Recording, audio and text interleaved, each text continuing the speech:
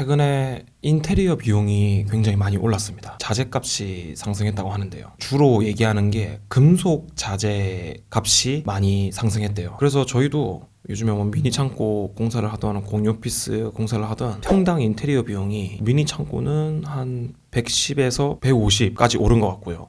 공유 오피스도 평당 160만 원대의 공사를 하다가 요즘에는 한 220 정도까지 오른 것 같아요. 그럼에도 불구하고 이 와중에 저희는 또 인테리어 비용을 아껴야 되잖아요. 그래서 인테리어 비용을 아끼는 방법을 좀 알려드리겠습니다. 특별한 건 아니고 부지런하시면 돼요. 어떤 식으로 부지런하시면 되냐면 전체 인테리어 과정 중에서 내가 스스로 할 수 있는 건 스스로 하시면 돼요.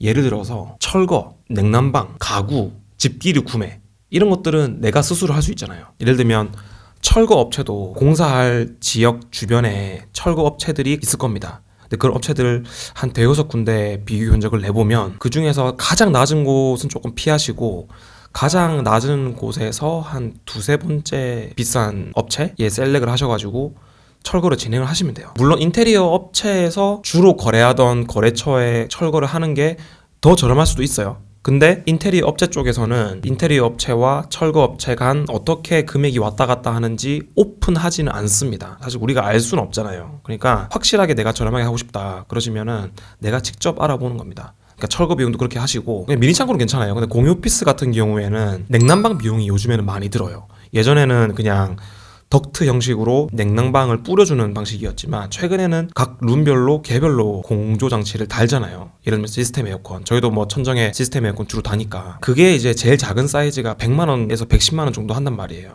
근데 그거를 인테리어 업체가 거래하는 냉난방 업체랑 하셔도 되는데 조금 더 내가 세이브 하겠다 그러시면 따로 알아보십시오.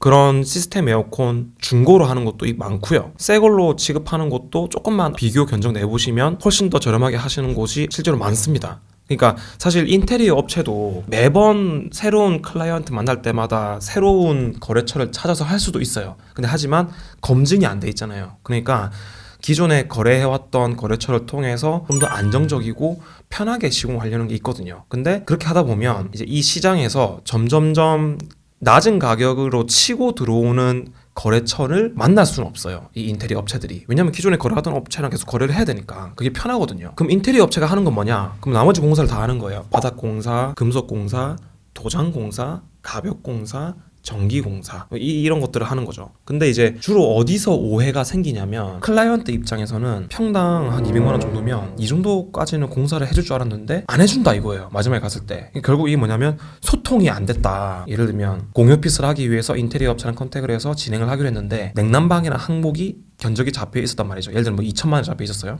근데 이걸 시공을 해놓고 보니까 이게 개별 냉난방이 아니었던 거예요. 달려고 이제 기계 다 사왔고 냉난방 배관 공사까지 해놨는데 이제 기계만 달면 되는데 그때 와서 이제 이 클라이언트 분이 현장 가보니 시스템 냉난방이 아닌 거야. 중앙 냉난방식인 거예요. 이제 이렇게 되면 너무 난감한 거예요. 견적서에 냉난방이라고 명시는 되어 있지만 이게 시스템 냉난방인지는 서로 확인이 안 됐던 거예요. 주로 이런 소통에 의해서 견적에 오류가 생기고 이제 서로 빈정이 상하게 되거든요. 이 영상은 뭐 인테리어 업체분이 보실지 모르겠지만 인테리어 업체분들도 마찬가지예요. 클라이언트하고 소통을 하실 때 제 개인적인 생각에는 최대한 모든 걸 다 오픈해 주셨으면 좋겠어요. 예를 들면 냉난방 같은 것도 구체적으로 어떤 냉난방인지 어떤 시공업체인지 견적의 비용은 실제로 얼마가 들어가고 거기에 인건비는 어떻게 책정되어 있는지 이제 그런 것들이 세세하게 기입이 다 되고 과할 수는 있겠지만 실제로 입출금 내역까지 오픈을 해주셨으면 좋겠어요. 예를 들면 그렇게 하면 클라이언트도 믿고 맡길 것 같아요. 저희도 이제 미니 창고 지금 요즘에 공사 대행을 하잖아요. 그러면 이제 저희가 12%라는 수수료를 받지 않습니까? 저희가 실제로 그 비용을 받아서 인테리어 업체에 어떻게 넘겼는지에 대한 내역을 다 오픈을 해요. 저희는 구글 시트 주로 쓰거든요. 그래서 구글 시트에 다 기입을 해서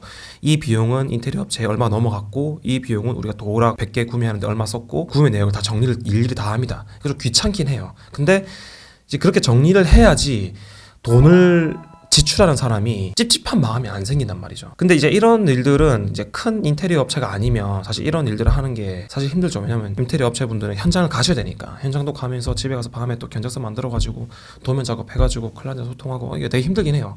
근데 그래도 이게 최근의 추세는 최대한 내가 오픈할 수 있는 걸 다 오픈하는 게 맞다. 저는 그게 맞다고 봐요. 지금의 시대 흐름이. 모르겠습니다. 이 영상을 인테리어 업자분들이 보시면은 너 대도 하나 소리 한다. 뭐 네가 잘 몰라서 그런다. 실제로 그런 거예요. 그러니까 뭐가 그러냐면 인테리어 업자분들은 워낙 현장에서 변동이 되는 금액이 많습니다. 예를 들면은 뭐 인건비가 한 사람이 들 게 뭐 두 사람이 들 수도 있고 그런 변동성 때문에 비용을 조금 넉넉히 잡아요. 근데 그런 것들조차 그냥 투명하게 다 오픈을 하고 이제 나중에는 다 있는 그대로 증빙을 하는 거죠. 그래서 저는 그게 맞다고 봐요. 근데 그런 조금 돌발 상황들 때문에 넉넉히 견적을 잡아 놓으시는 거 제가 다 압니다.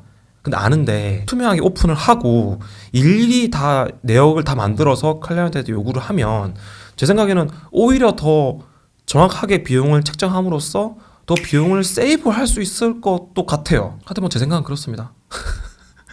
최근에 인테리어 계속 하다 보니까 이게 참 어려워가지고 인테리어 공사할 건들이 지금 앞으로도 한 몇 건이 더 있는데 고민이 됩니다. 뭐 각 파트별로 전문가분들을 섭외해서 하기에는 제 단골 거래처가 아직 없는 상태고 저희는 인테리어 업체하고만 거래를 하고 있잖아요. 그러니까 이제 그 인테리어 업체가 또 거래하는 뭐 각 파트별 목공 하시는 분, 금속 하시는 분, 전기 하시는 분, 도장 하시는 분들 그러니까 그런 오래 거래했던 신뢰 있는 분들이 이미 있으니까 믿고 맡기시는 건데 사실 저희는 그렇게 좀 믿고 맡길 만한 팀을 아직 꾸리지 못해서 아직은 못하고 있죠. 직영 공사를 못하고 있는 거죠. 근데 이제 언젠가는 저희도 직영 공사를 하긴 해야 될 것 같아요. 그러니까 계속 이렇게 공사 건이 늘어날 때마다 이제 그런 생각이 드네요. 이 영상이 인테리어를 하시는 클라이언트 분께도 도움이 됐으면 좋겠고 의뢰를 받아가지고 시공을 하시는 인테리어 업자분께도 도움이 됐으면 좋겠습니다. 비욘드 스페이스 김민수였습니다. 감사합니다.